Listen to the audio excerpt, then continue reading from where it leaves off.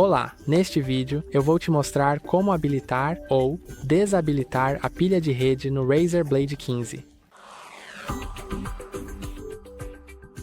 Para fazer isso, você precisa estar no BIOS, que se você não souber como entrar, tem um vídeo no nosso canal sobre como acessar o BIOS no RAZER BLADE 15.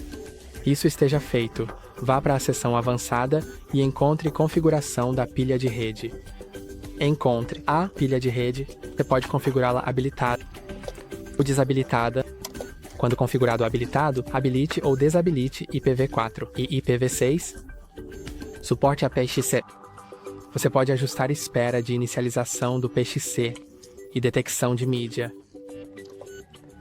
E isso é tudo por hoje. Não se esqueça de curtir e se inscrever. Até a próxima!